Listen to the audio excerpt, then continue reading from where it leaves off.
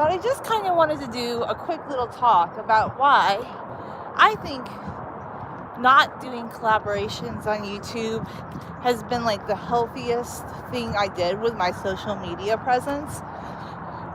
Well, I'm going to do an interview on my hair channel sometime in the next few months with somebody named Carter because he loves hair and I love hair. But at the moment, I have no desire to ever do collaborations again, just because, first off, I love interacting with people who come to my channel, but I'm not really a collaboration kind of person because I think people who want to collaborate, they kind of have a certain, I hate to say it, but agenda. Like a lot of people that want to do collaborations, they have a particular agenda. And a lot of times what I found out and what I always kind of knew in the back of my mind was it's kind of political, okay? So, you don't have to have an opinion about politics, but there's a lot of stuff just happening in the US right now politically that I don't think is good. And I know a lot of people are delighting in it. I don't know why. Like, if you love this country, you wouldn't be delighting in certain things that Elon Musk and Trump are doing. But there are people that are delighting in it, okay? Whatever. You think that they're great? That's great. But I have so many concerns, as does the Supreme Court. I just think, so I don't want to feed into that. Personally, like, I'm not into that. But beyond that, when I used to do a collaboration with this person, they have like a particular agenda in politics and social issues, and I should have known always in the back of my mind that basically the only reason they wanted to do a collaboration was to further promoting themselves, promoting books they sold, and promoting certain political ideas. And there were a lot of political ideas that I kind of knew about, but it came to the surface that I just found questionable. And that wasn't why I ended up doing the live stream with that person. It was just they had this high need for control. They were a micromanager extraordinaire. And I actually think a lot of the people right now that like Trump, like Elon Musk, they're kind of into micromanaging other people, even though they claim to be maybe pro-freedom. They're only pro-freedom for people that agree with them or people that want certain things cut. And I find it very problematic, okay?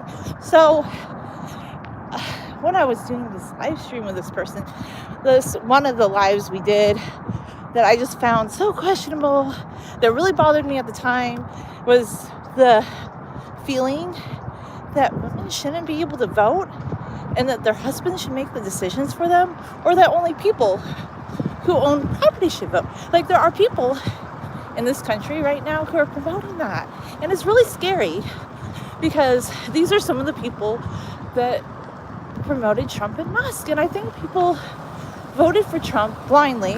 Some people voted for him because he said he was going to bring down grocery prices. He hasn't, okay? All of his economic policies that he's promoting at the moment, they're driving prices up a lot, okay?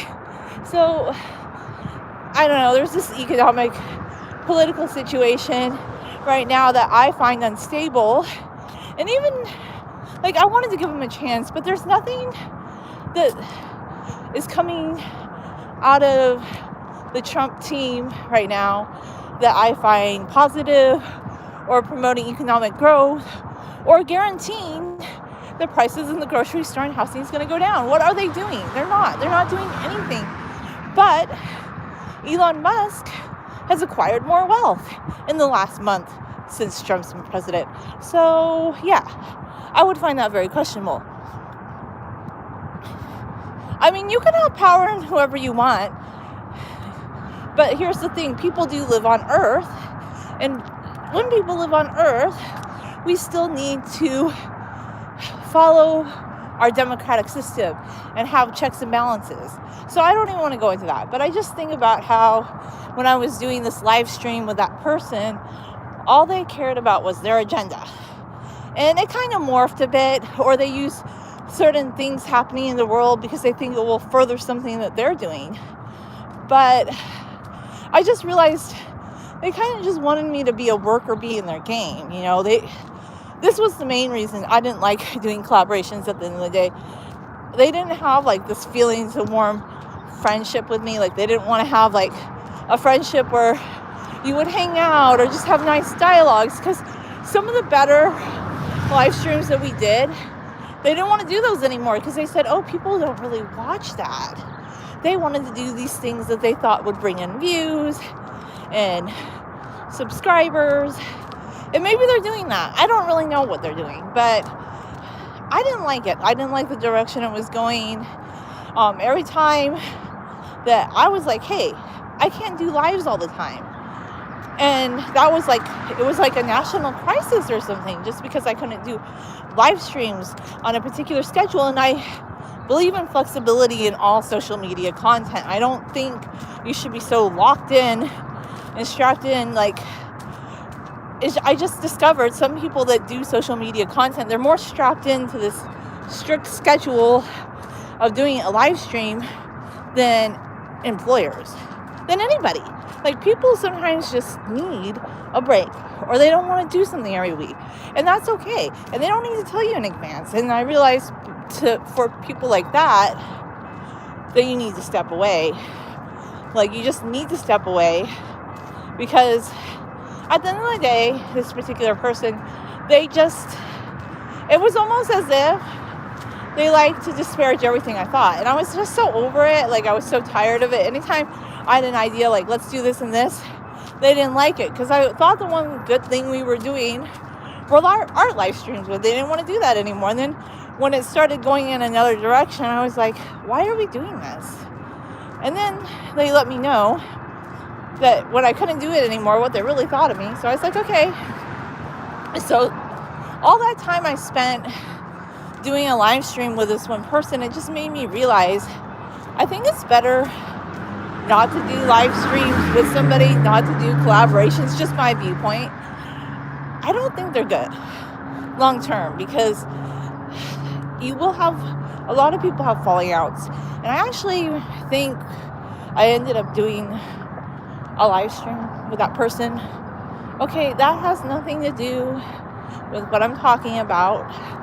I mean, you can keep typing that, but that's not what I'm talking about. Okay, but this is the point. I don't think that they're sustainable, because I ended up collaborating with this person for probably a longer amount of time than a lot of people who do live podcasts and live streams. So I know it's like kind of promoted. Okay, if you don't care, then why are you here? Bye-bye. So, all right, we're just going to say goodbye to you. Okay. All right. So anyway, it gets so ridiculous at a certain point that I think some people think that the only way you can continue to grow on YouTube or TikTok is if you do collaborations. But I think this is for extroverted people that like spilling the tea culture, and they like conflict. I feel like people that like conflict, they definitely, they enjoy like doing collaborations, because I think they like to spar a little bit. They love to spar about politics. And even though there might be political things going on in the world that I think, oh, that's not the best. Like, there's things that I feel aren't good. At the end of the day, I don't want to spend my entire life focused on those political issues. Like, I'll talk about them from time to time, but taking time away from them has actually been better, because I was able to talk with my friend on the phone for like an hour and a half last night, and it was so much more exciting and fun to like just go home, walk home, talk to my friend on the phone. Then I talked to my sister, and she told me about all these really neat things they did in LA. And I've been to LA, but I haven't done a lot of things in LA that she was talking about, like going to Little Tokyo. And then I guess there's this hotel where you can go up to the 73rd floor and you can see the view. And I want to do that. Like, that's something I want to do. Like, I want to, one of these days, ride the train to LA, walk around Little Tokyo, and go to that hotel and maybe, I don't know, do a little video about it. Like, there's a lot of things I really want to do with my content. Like, for instance, my content's just about doing art when I have time. It's about, like, cleaning.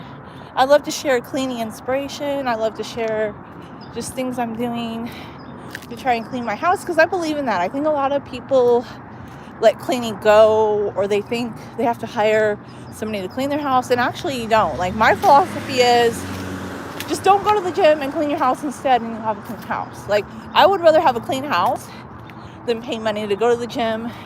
That's my thought, because I just admire people that clean their house from top to bottom, and I just love that. I love watching, like, some of the content I really enjoy on YouTube. Sometimes I don't binge watch it or anything, but just occasionally, like, I like to watch people who clean their houses, and I've loved that kind of content for a long time. And I felt like in the past it's been promoted that, oh, only certain types of people post cleaning content, but that's not true. Anybody can post cleaning content. Like, everybody should clean their house. Not just certain people should clean their house. Everybody should be cooking. Everybody should be doing things to take care of their house, like, rather than eating out all the time, rather than hiring somebody to clean your house. I believe in a DIY life. So a lot of my channel is just like, it's refocused back on things that I enjoy. I will talk about social issues and current events from time to time, but I don't want to make that the bulk of my channel. So by ending collaborations, it really helped me in the last, like, year and a half, I would say, just refocus on what is my purpose on YouTube, and realizing I was always on YouTube to express myself creatively. I'm a person. I love to share my creative journey throughout life. I'm not a brand. Like, some people are on YouTube and they're like, what's your brand? Like, what type of brand are you? I'm like, I'm not a product, okay? I'm just a person. I'm Julia, and I like to have a conversation with people who relate to what I'm talking about, not people who spam the chat. But, you know, they can do that, but it just, you know, let them do it. I relate to people who, like, care about a simple, happy life. And I feel like you can only really start living a simple and happy life as an introvert. And you can be on social media and do that, by the way. But you have to kind of tune out what's trending. Like, is that amazing? Like, you can be on social media and not be part of what's trending. And there's all kinds of content on social media. I know some people always talk about the big influencers or the trending topics or what is in the spilling the tea time. But there's other things going on. Like, for instance, I haven't watched Turkish shows in a while, but I do love to watch Turkish shows from time to time. And I was kind of listening to a little bit of Magnificent Century soundtrack this morning as I was walking, because I find when you walk in the early morning, I love the Turkish music on that soundtrack. Oh my gosh, it's beautiful. It's amazing.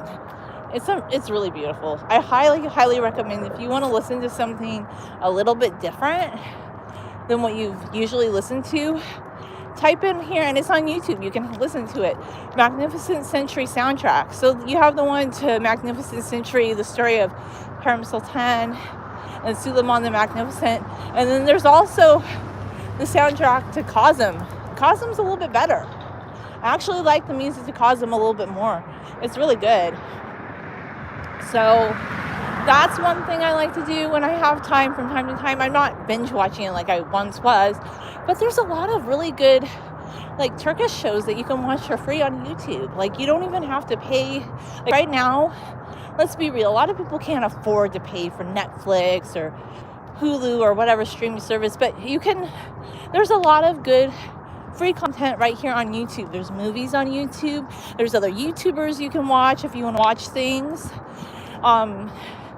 You can focus on cleaning your house more, because I just, you know what I love, because I read many books about home organization and how making the bed is the best way to start your day. And that might sound little, but I really have come to believe that. Like, I can't even start my day without making my bed. And before I leave, I want to do more cleaning. And I know that's not possible. But the thing I love about cleaning is you're living in a good environment. And I feel like cleaning's just not prized enough. Like, I don't know why people don't clean more, or they only want to hire somebody to clean. Like, it doesn't make any sense. Like, put yourself on a cleaning schedule and your house will be in better shape. Like, you don't need to hire somebody to clean. Like, there's so many different tasks and activities we can do as a person.